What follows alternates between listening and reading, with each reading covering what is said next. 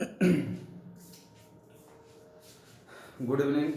मैं इंजीनियर राकेश कुमार आप लोग का प्रज्ञा फिजिक्स एकेडमी में स्वागत करता हूँ। आज हम लोग क्लास 12 फिजिक्स का 12वां चैप्टर जो कि एटम्स है उसके बारे में हम लोग पढ़ेंगे। ठीक है, तो एटम्स जो कि आप लोग जो है केमिस्ट्री में भी पढ़े होंगे 11th में एटॉमिक स्ट्रक्चर में, लेकिन वो 11th की बात थी और यहाँ चूँकि फिजिक्स का भी सिलेबस है एटम्स, तो ये पढ़ा देना हम चाह रहे हैं। तो एटम्स जिसके बारे में कुछ न कुछ नॉलेज आप लोग के पास पहले भी है, चलिए आज हम लोग थोड़ा सा डिटेल नॉलेज लेते हैं इसके बारे में। जैसा कि आप लोग जानते हैं, जे थॉमसन साहब का नाम आप लोगों ने सुना होगा, जिन्होंने इलेक्ट्रॉन की खोज की थी। जे थॉमसन सबसे पहले उन्होंने 1897 में 1897 ईस्वी में उन्होंने एक एक्सपेरिमेंट किया था। उन्होंने जो एक्सपेरिमेंट किया था वो एक्सपेरिमेंट था electric discharge through gases experiment. इस एक्सपेरिमेंट के बाद उन्होंने बताया, इस एक्सपेरिमेंट को करने के बाद उन्होंने बताया था जे थॉमसन साहब ने कि जो एटम्स होता है, एटम्स उसमें एक निगेटिवली चार्ज्ड कंस्टिट्यूएंट होता है। Negatively charged constituent atoms contains a negatively charged constituent. ये जे थॉमसन साहब ने ये जो एक्सपेरिमेंट किया था, ये एक्सपेरिमेंट किया था जे थॉमसन ने जिन्होंने इलेक्ट्रॉन का आविष्कार किया था। ठीक है, तो जे थॉमसन साहब ने बताया कि एटम्स जो है उसमें एक नेगेटिवली चार्ज्ड कंस्टिट्यूएंट होता है, लेकिन उस समय तक सबको ये पता था कि एटम्स जो है वो इलेक्ट्रिकली न्यूट्रल भी होता है। एटम्स जो है वो इलेक्ट्रिकली न्यूट्रल होता है। और जब आप यहाँ बता रहे हैं कि एटम्स के अंदर एक निगेटिवली चार्ज्ड कंस्टिट्यूएंट होता है, इसका मतलब निश्चित रूप से उतना ही अमाउंट का कोई ना कोई पॉजिटिव चार्ज भी होगा, तभी हमारा पॉजिटिव और निगेटिव बन के एटम क्या होगा, न्यूट्रल होगा। ठीक है, लेकिन वो पॉजिटिव चार्ज होता कहाँ है इसके बारे में जे थॉमसन ने उस समय कुछ नहीं बताया। ठीक है, एक साल के बाद 1898 में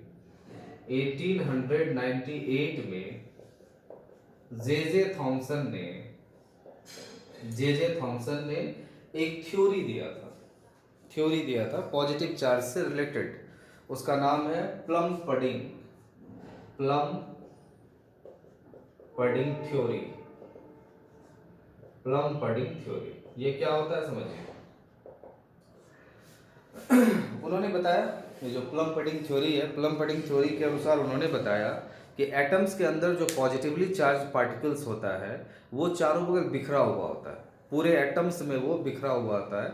जैसे एक वाटरमेलन, आप लोग सभी तरबूज वगैरह तो खाए ही होंगे, तो वाटरमेलन में जिस तरह से सीड्स, बीज जो है उसका चारों बगल फैला हुआ रहता है, उसी तरह से उन्होंने बताया जे थॉमसन साहब ने कि पॉजिटिव चार्ज पार्टिकल्स भी जो होता है वो पूरे एटम्स में बिखरा हुआ होता है।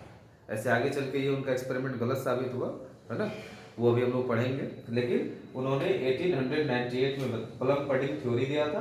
प्लम पडिंग थ्योरी में उन्होंने बताया था कि पॉजिटिव चार्ज जो होता है वो एटम्स में चारों बगल क्या होता है, बिखरा हुआ होता है।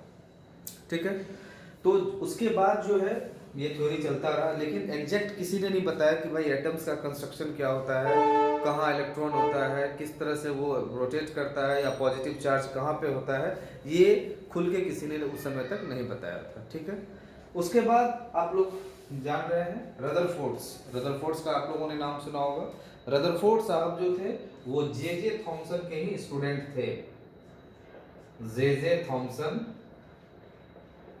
के ही स्टूडेंट थे और उनका नाम था अर्नस्ट रदरफोर्ड। ये जो रदरफोर्ड साहब थे वो जे थॉमसन के ही स्टूडेंट थे। तो उन्होंने ये काम रदरफोर्ड साहब को दिया कि भाई इसके बारे में और भी आगे चल के कुछ ना कुछ एक्सपेरिमेंट करो, देखो कि आखिर होता क्या है।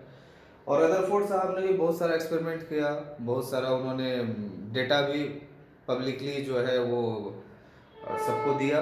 उन्होंने, रदरफोर्ड साहब ने, ठीक है। लेकिन 1911 ईस्वी में, 1911 में, ठीक है, अर्न्स्ट रदरफोर्ड के अंडर में दो स्टूडेंट थे, इनके भी दो स्टूडेंट थे, अर्न्स्ट रदरफोर्ड के भी, ठीक है, जिन्होंने उस समय तक ग्रेजुएशन भी नहीं किया हुआ था, डिग्री भी उन्हें नहीं मिली थी। उनको उन्होंने सारा गाइडलाइन दिया कि तुम एक्सपेरिमेंट को कैरी करो। और वो जो दो स्टूडेंट थे, ये आपके एनसीईआरटी में भी इस चीज़ की चर्चा है पूरा डिटेल्स में। दो स्टूडेंट थे इनके, अर्न्स्ट रदरफोर्ड के, एक थे एच गीजर और एक थे मार्सडेन और एच गीजर, ठीक है। ये दोनों कौन थे? रदरफोर्ड के स्टूडेंट थे, जो इनके अंडर में कुछ ना कुछ पढ़ाई कर रहे थे, रिसर्च कर रहे थे। लेकिन उस समय तक उनका डिग्री कंप्लीट हुआ नहीं था, इन दोनों का अभी डिग्री कंप्लीट हुआ नहीं था।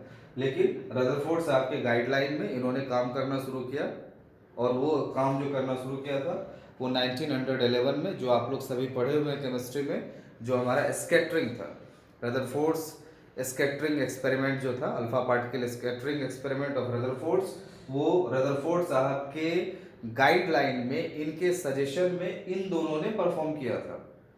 इसलिए कहीं कहीं पे देखिएगा किताब में तीनों का नाम लिखा रहता है, Ernst Rutherford, H geyser and E Marsden, ये सब का नाम उसमें रहता है, ठीक है। तो ये था क्या कि ये जो रदरफोर्ड साहब थे, ये इन दोनों के गुरु थे। इनके सजेशन में ही इन 1811 at the suggestion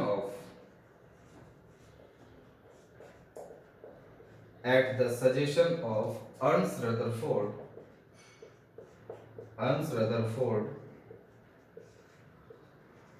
his two students,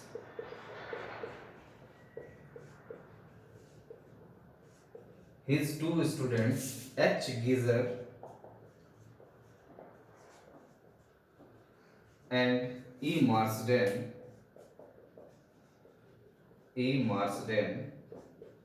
perform the experiment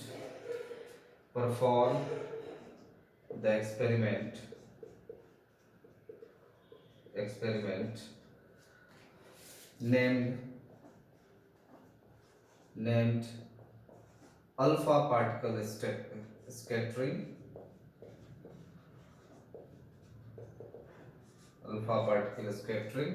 experiment, ठीक है। इस एक्सपेरिमेंट को करने के बाद इन्होंने, रदरफोर्ड साहब ने, सारा जो मॉडल है वो इन दोनों को दिया, एच गीजर को और ई मार्सडेन को, कि ये तुम एक्सपेरिमेंट करो, और जो भी रीडिंग आता है वो रीडिंग जो है वो सब मिलके जो है वो इस बात पे ओपनली सब जो है चर्चा करता है इस बात पे कि क्या क्या हो सकता है। क्योंकि कुछ ना कुछ भनक जो है रदरफोर्ड साहब को पहले से भी था कि पॉजिटिवली चार्ज पार्टिकल कहाँ पे रहता है। लेकिन डिटेल जो है एक्सपेरिमेंट उन्होंने 1911 में इन दोनों की मदद से करना शुरू किया, ठीक है। तो अब हम लोग जो पढ़ेंगे वो पढ़ेंगे अल्फा पार्टिकल स्कैटरिंग एक्सपेरिमेंट। अब हमारा टॉपिक है alpha particle scattering and Rutherford's nuclear model of atom, ठीक है, जो कि अर्न्स्ट रदरफोर्ड साहब के सजेशंस पे उनके दो स्टूडेंट है ना, H geyser and E Marsden ने परफॉर्म किया था।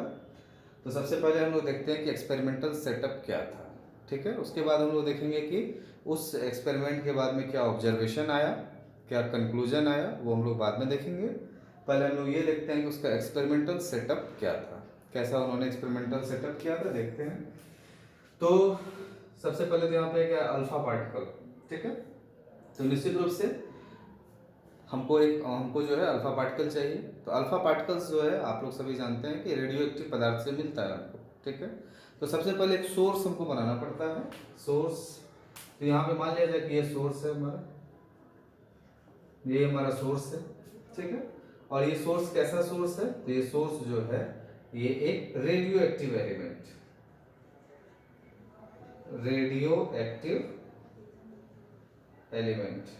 ठीक है। तो यहाँ पे जो हम लोग लेते हैं रेडियो एक्टिव एलिमेंट, उसका नाम है बिस्मथ, ठीक है, जिसका कि एटॉमिक नंबर जो है वो 83 होता है और एटॉमिक मास जो है वो 214 होता है, ठीक है। इस बिस्मथ के द्वारा जो अल्फा पार्टिकल्स निकलता है वो कितने एनर्जी का होता है वो देख लेते हैं। तो energy of alpha particles, energy of alpha particles by bismuth is 5.5 mega electron volt. इतना हाई अमाउंट एनर्जी का ये अल्फा पार्टिकल्स जो है बिस्मथ देता है, प्रोड्यूस करता है। ठीक है, अब यहाँ अल्फा पार्टिकल की चर्चा चल रही है, तो सबसे पहले ये देख लेते हैं कि अल्फा पार्टिकल्स होता क्या है। ठीक है, तो अल्फा पार्टिकल्स जो होता है, आप लोग जैसा सभी जानते हैं कि alpha particles helium plus plus को बोलते हैं, helium plus plus. Atomic number चूंकि 2 होता है हीलियम का, और दोनों ही इलेक्ट्रॉन चूंकि ये दे चुका है, चूंकि हीलियम प्लस प्लस है, इसलिए हम लोग यहाँ पे बात किसकी कर रहे हैं, हीलियम न्यूक्लियस की, हीलियम न्यूक्लियस की, हीलियम न्यूक्लियस की। ठीक है, इसके जो न्यूक्लियस में हमारा 2 प्रोटॉन प्लस 2 न्यूट्रॉन होता है। इसका जो चार्ज है वो +2 into charge of an electron के बराबर होता है, +2e। ठीक है, जैसा हम लोग यहाँ पे देख सकते हैं, है ना।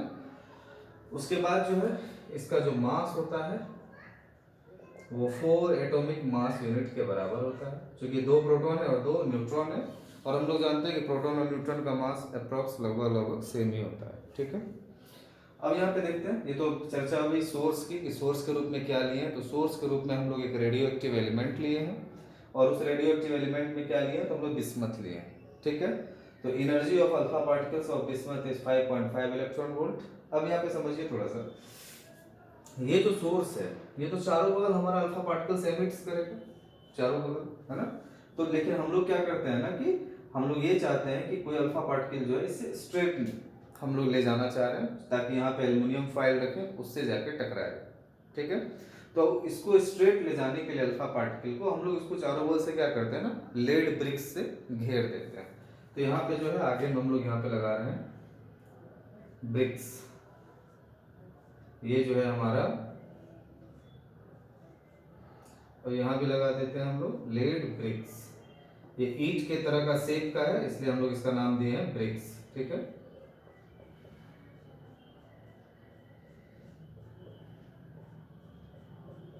ये जो है ये हमारा है लेड ब्रिक्स। ठीक है, तो यहां से हमारा जो है अल्फा पार्टिकल एक बीम के रूप में निकलता है, बीम, है ना, beam of alpha particle, beam of alpha particles. ठीक है, अब यहाँ पे क्या करते हैं हम लोग, एक थिन गोल्ड फॉइल रख देते हैं, है ना।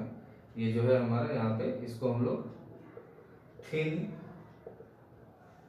गोल्ड फॉइल, है ना, ऑफ थिकनेस,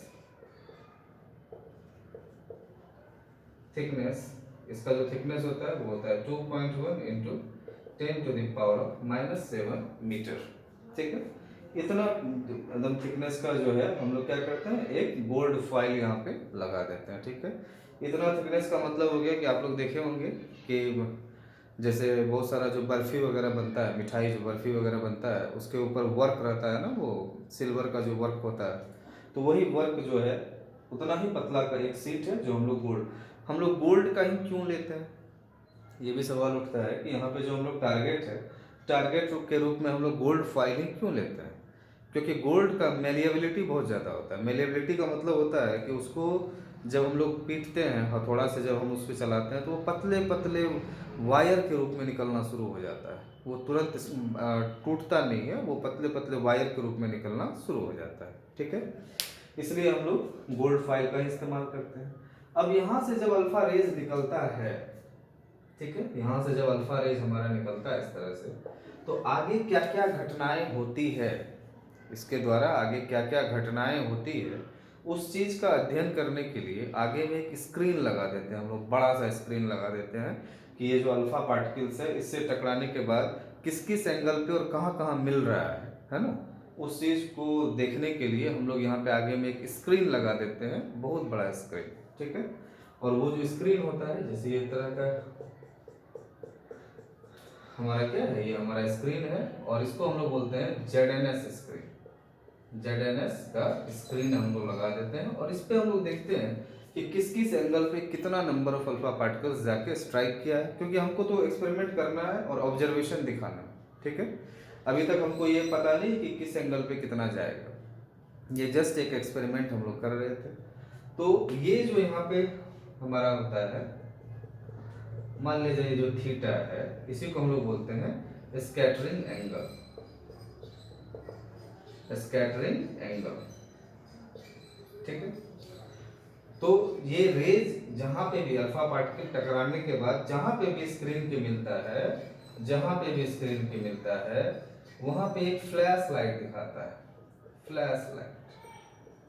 ठीक है, और ये फ्लैश लाइट का इंटेंसिटी बहुत कम होता है, जिसको हम लोग नेकेड आई से नहीं देख सकते हैं। ठीक है, तो उसके लिए क्या करते हैं, यहाँ पे एक माइक्रोस्कोप लगाते हैं। ये होता है हमारा माइक्रोस्कोप, और इसी को लोग बोलते हैं डिटेक्टर। चूंकि ये डिटेक्ट करता है, खोजता है, पता करता है, इसलिए इसका नाम क्या रखते हैं, डिटेक्टर। और डिटेक्टर के रूप में हम लोग किसका इस्तेमाल करते हैं, माइक्रोस्कोप। ठीक है, उसके बाद और ये माइक्रोस्कोप को जो है ना हम लोग इस स्क्रीन पे, जैसे हमको चेक करना है कि क्या कोई रेज यहाँ पे भी आया है, हमको चेक करना है इस स्क्रीन पे। और ये स्क्रीन पूरा घुमा हुआ रहता है, इधर भी रहता है, क्योंकि बोर्ड छोटा है इसलिए उतना बड़ा स्क्रीन नहीं बना पाया है। ये स्क्रीन इधर भी आएगा, इधर भी आएगा, है ना। और ये माइक्रोस्कोप हम लोग हर एक जगह ले जाते हैं, इस स्क्रीन के हर एक पॉइंट पे ले जाके हम लोग देखते हैं। जैसे माइक्रोस्कोप यहाँ से हटा के देखें कि क्या कोई लाइट फ्लैश कर रहा है, यदि नहीं कर रहा है तो इसका मतलब कि इस गोल्ड फॉइल से टकराने के बाद रेज वहां पे नहीं आया है।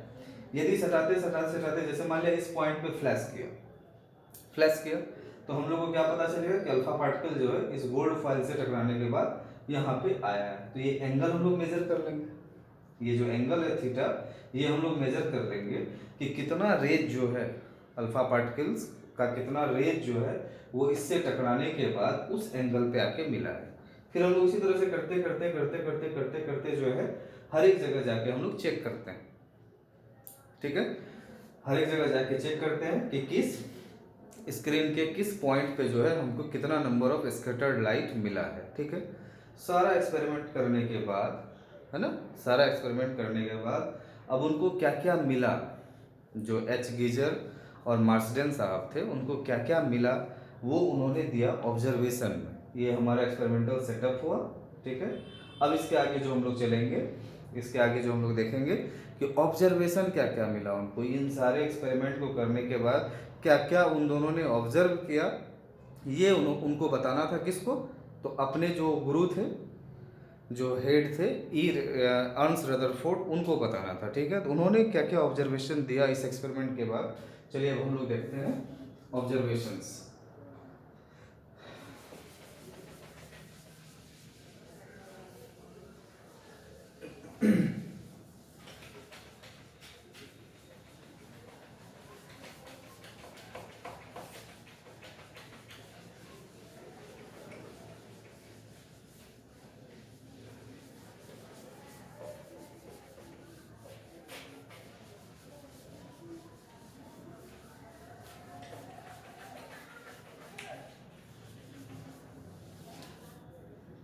ऑब्जर्वेशंस,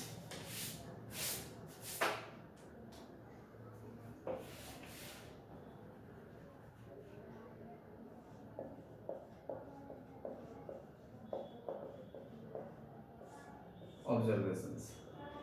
पहला जो ऑब्जर्वेशन था, उन्होंने ये देखा, दोनों साइंटिस्ट ने, कि मोस्ट ऑफ द रेज, जितना भी रेज है, मोस्ट ऑफ द रेज, लगभग 99.86%, ये परसेंटेज जो है आपका एनसीईआरटी बुक में भी दिया हुआ है कि 99.86% रेज जो है वो स्ट्रेट पास हो जाता है, वो डेविएट नहीं होता है। ठीक है, तो इसका मतलब क्या है, डेविएट यदि नहीं हो रहा है, इसका मतलब है कि वो एटम का उतना हिस्सा खाली है।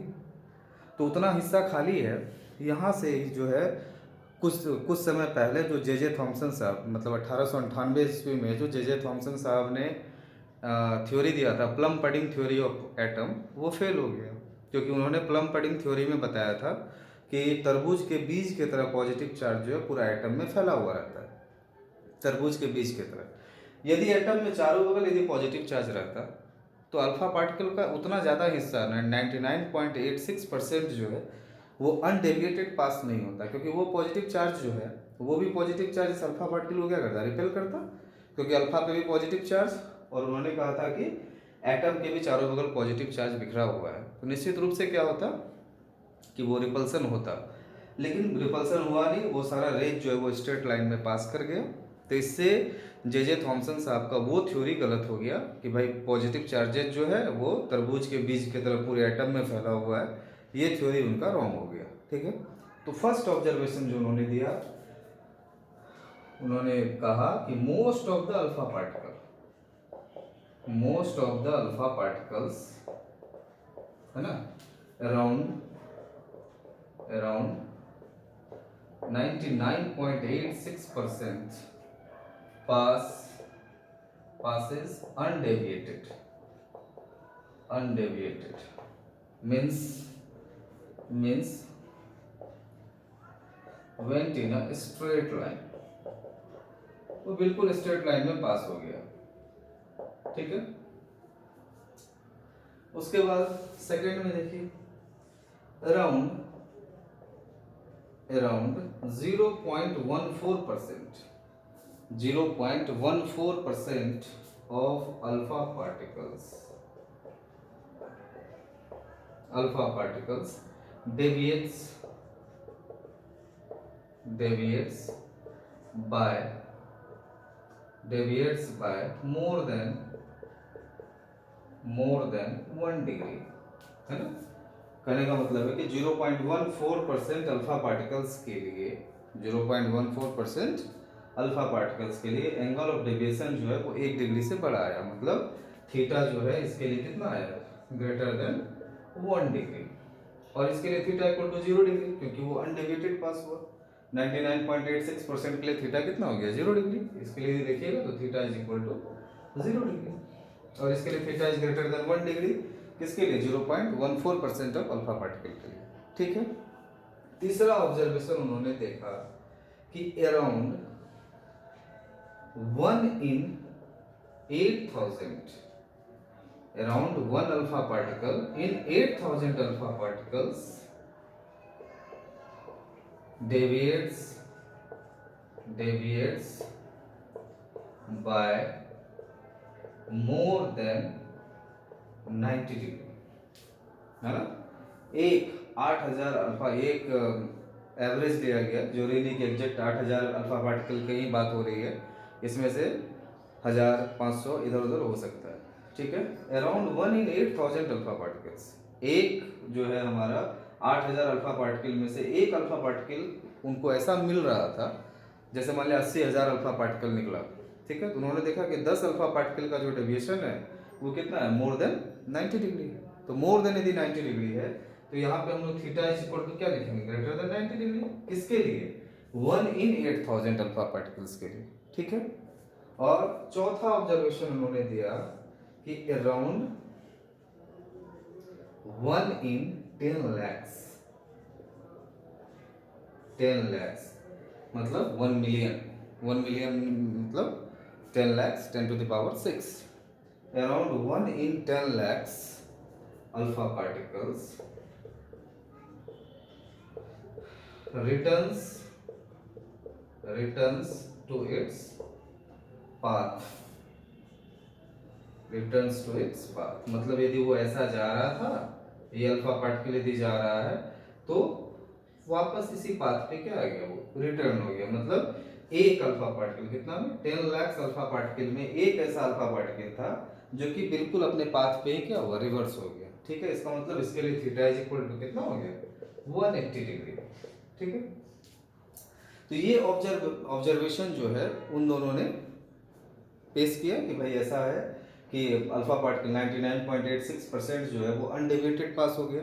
ठीक है, 0.14% जो है वो deviates by more than 1 degree, और around 1 in 8,000 alpha particles deviates by more than 90 degree, और 10 लाख में एक अल्फा पार्टिकल ऐसा था जो अपने पाथ पे वापस लौट गया।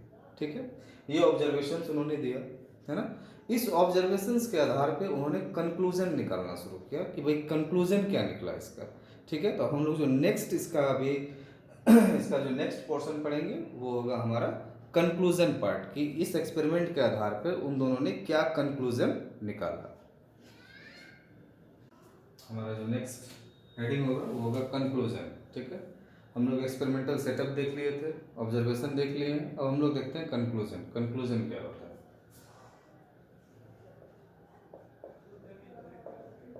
कंक्लूजन, ठीक है, इस एक्सपेरिमेंट के द्वारा क्या क्या निष्कर्ष निकला, कंक्लूजन क्या निकला, रिजल्ट्स क्या निकला, तो वो हम लोग को अब दिखाना है। रिजल्ट्स, ठीक है, पहला उन्होंने ये रिजल्ट निकाला कि most of the space in a atom is empty space, खाली स्पेस रहता है। ठीक है, कैसे, किस आधार पे निकाला, रीजन क्या था उसका? तो because 99.86% of alpha particles passed undeviated,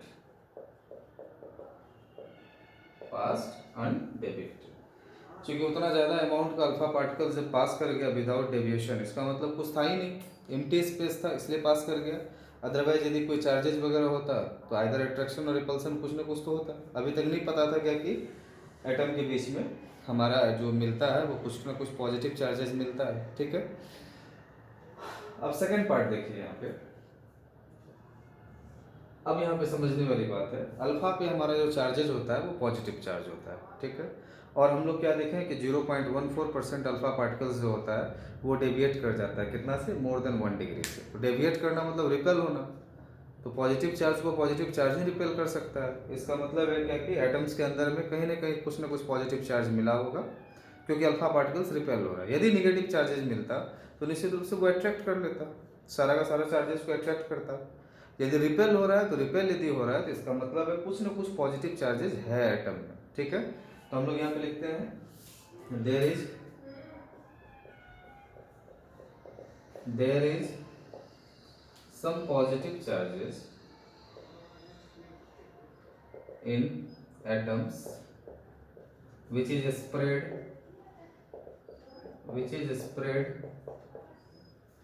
in small area।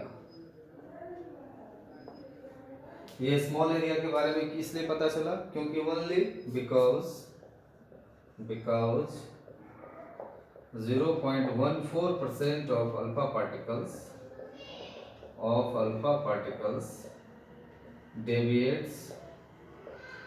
deviates by more than 1 degree. ठीक है, 0.14% अल्फा पार्टिकल्स जो है वो डेविएट कर जाता है मोर देन 1 डिग्री से। इसलिए ये पता चला कि चार्ज तो है, पॉजिटिव चार्ज है, लेकिन वो स्मॉल एरिया में है। ठीक है, फिर जब आगे का एक्सपेरिमेंट देखा जाए, ऑब्जर्वेशन नंबर 4 उन्होंने देखा कि एक जो है अल्फा पार्टिकल वो रिटर्न बैक हो जाता है। तो रिटर्न बैक हो जाता है इसका मतलब समझिए थोड़ा सा कि वो 10 lakhs आउट ऑफ 10 lakhs, तो यदि 10 lakhs अल्फा पार्टिकल्स निकल रहा है, इसका मतलब दो अल्फा पार्टिकल के बीच का डिस्टेंस क्या होगा? बिल्कुल सटा हुआ होगा, ओवरलैप किया हुआ रहेगा, हम लोग नेकेड आई से उसको देख भी नहीं सकते हैं, है ना। तो एक जाके यदि टकरा के सीधा रिटर्न हुआ है, इसका मतलब है कि जो भी पॉजिटिव चार्ज मिला है वो बिल्कुल छोटे से एरिया में कंसंट्रेट किया होगा, बिल्कुल छोटा एरिया में, और उस एरिया का नाम दिया इन्होंने न्यूक्लियस। उस एरिया का, जिस एरिया में वो पॉजिटिव चार्ज पाया गया, उसका नाम क्या दिया उन्होंने? न्यूक्लियस। ठीक है, तीसरा, the positive charge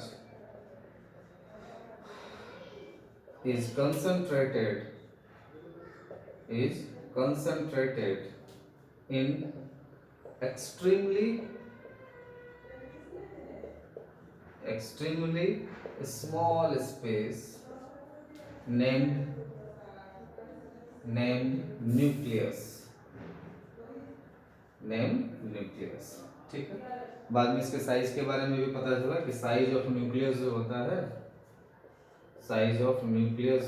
है वो 10⁻⁻15 मीटर के बराबर होता है, और साइज ऑफ एटम जो होता है साइज ऑफ एटम वो होता है 10⁻⁻10 मीटर के बराबर, ठीक है। तो साइज ऑफ न्यूक्लियस हो गया 10⁻⁻15 मीटर और साइज ऑफ एटम हो जाता है 10⁻⁻10 मीटर, ठीक। अब समझिए थोड़ा सा, हम लोग टारगेट के रूप में यहाँ पे गोल्ड फॉइल का इस्तेमाल किए थे। टारगेट के रूप में किस पे स्ट्राइक करवाए थे अल्फा पार्टिकल का, गोल्ड फॉइल का, ठीक है। हम उसके जगह कुछ और भी तो पार्टिकल रख सकते हैं, है ना। सोडियम एटम, कुछ भी, कोई भी एटम का हम एक पतला सा स्ट्रिप काट के वहाँ पे रख सकते हैं, है ना। तो इन्होंने क्या देखा, इन दोनों साइंटिस्ट ने ये देखा कि जैसे मान लिया जाए कि गोल्ड के लिए यदि 45 डिग्री पे कहीं पे फ्लैश मिला था तो दूसरे के लिए 45 डिग्री पे वही फ्लैश नहीं मिल रहा है, अब वो फ्लैश मिल रहा है 50 डिग्री पे। फिर यदि दूसरा आइटम लिया तो उसके लिए फ्लैश मिल रहा है 55 डिग्री पे। तीसरा लिया तो उसके लिए फ्लैश जो मिल रहा है वो 30 डिग्री पे मिल रहा है। तो इसका मतलब क्या है कि जो भी नंबर ऑफ स्कैटरिंग लाइट है for different angles and for different atoms वो डिफरेंट डिफरेंट होता है। मतलब 45 डिग्री पे यदि गोल्ड फॉइल के लिए कहीं पे मिला है तो जरूरी नहीं कि दूसरे एटम के लिए उतना एंगल पे वहीं पे मिलेगा, तो वो चेंज होता रहता है, ठीक है। तो हम लोग यहाँ पे लिख सकते हैं number of scattered light for a particular angle theta changes for different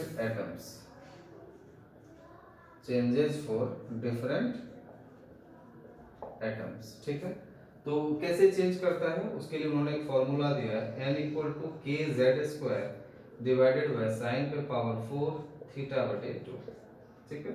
जहाँ पे z क्या है हमारा एटॉमिक नंबर है, एटॉमिक नंबर, और हम लोग जानते हैं कि दो एलिमेंट का एटॉमिक नंबर सेम नहीं हो सकता है दो एटम्स का, ठीक है। तो दो एलिमेंट का यदि हमारा एटॉमिक नंबर सेम नहीं है तो जैसे ही z हमारा चेंज करेगा तो निश्चित रूप से नंबर ऑफ स्कैटर्ड लाइट भी हमारा क्या होगा, चेंज हो जाएगा, ठीक है। अब पांचवा जो है, जो कि बहुत ही इंपॉर्टेंट इनका कंक्लूजन था, उसको हम लोग थोड़ा समझते हैं। नंबर 5, ये 1 2 3 4 है, ठीक है, नोट डाउन कर लेना है इसको। अब पांचवा जो कंक्लूजन है उसको समझिए।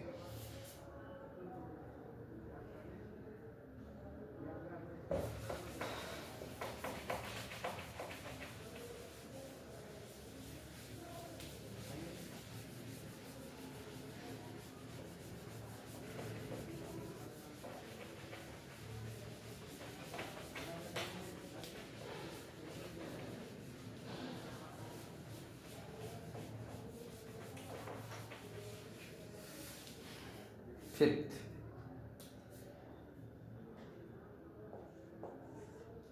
nucleus attracts electrons continuously, but it do not move towards nucleus. Why, इसी पे हम लोग को चर्चा करना है। जैसे मान लीजिए ये न्यूक्लियस, ठीक है, और इलेक्ट्रॉन जो है न्यूक्लियस को बीच में बनाते हैं हम लोग। यहाँ पे मान लीजिए न्यूक्लियस है, इलेक्ट्रॉन जो है मूव कर रहा है कहीं पे भी, ये भी इसी ऑर्बिट पे मान लिया जाए इलेक्ट्रॉन जो है हमारा मूव कर रहा है, ठीक है। जब भी कोई चीज़ मूव करता है तो एक ऐसा कंपोनेंट होता है जो ऑलवेज चेंज करता है, और वो होता है हमारा डायरेक्शन। जैसे जिस समय इलेक्ट्रॉन यहाँ पे है तो इसका डायरेक्शन, टेंजेंशियल डायरेक्शन इधर की तरफ होगा। यही इलेक्ट्रॉन मूव करते करते जब यहाँ पे आएगा तो इसका टेंजेंशियल डायरेक्शन इधर की तरफ होगा। यही इलेक्ट्रॉन जब मूव करते करते यहाँ आएगा तो इसका टेंजेंशियल डायरेक्शन इधर होगा। यदि यही इलेक्ट्रॉन यहाँ आएगा तो इसका टेंजेंशियल डायरेक्शन इधर होगा, ठीक है। भले ही वेलोसिटी का मैग्नीट्यूड चेंज होना हो, लेकिन इलेक्ट्रॉन जिस भी वेलोसिटी से मूव कर रहा है डायरेक्शन तो ऑलवेज चेंज हो रहा है ना। तो डायरेक्शन यदि चेंज हो रहा है तो हम लोग जान रहे हैं कि वेलोसिटी जो है, वेलोसिटी एक वेक्टर क्वांटिटी है। वेलोसिटी एक क्या है हमारा, वेक्टर क्वांटिटी है, वेक्टर क्वांटिटी है। इसके पास हमारा क्या सब होता है, एक होगा मैग्नीट्यूड और एक होगा डायरेक्शन, ठीक है।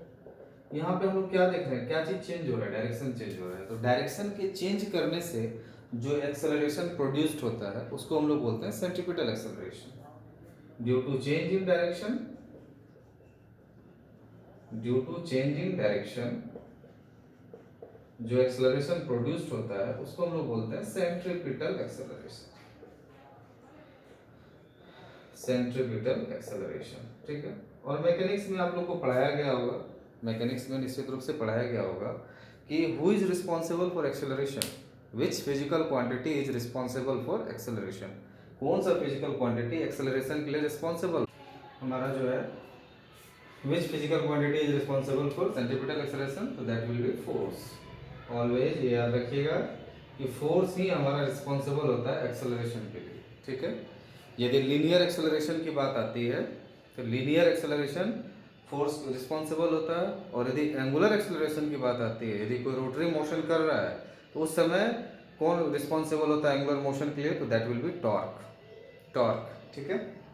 तो ये जो फोर्स है वो रिस्पॉन्सिबल होता है सेंट्रीपिटल एक्सेलरेशन के लिए।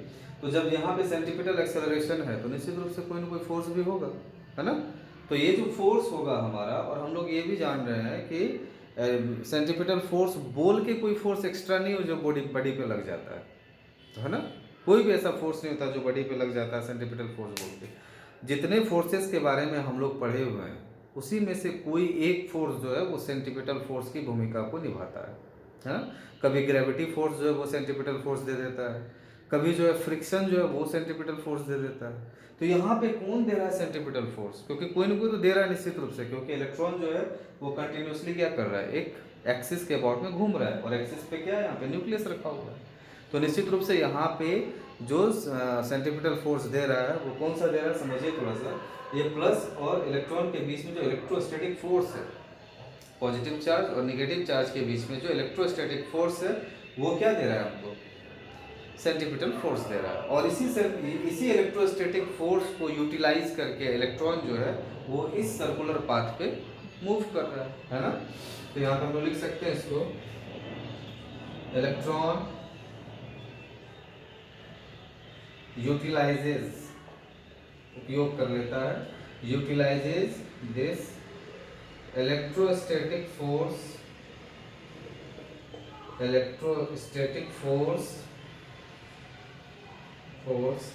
as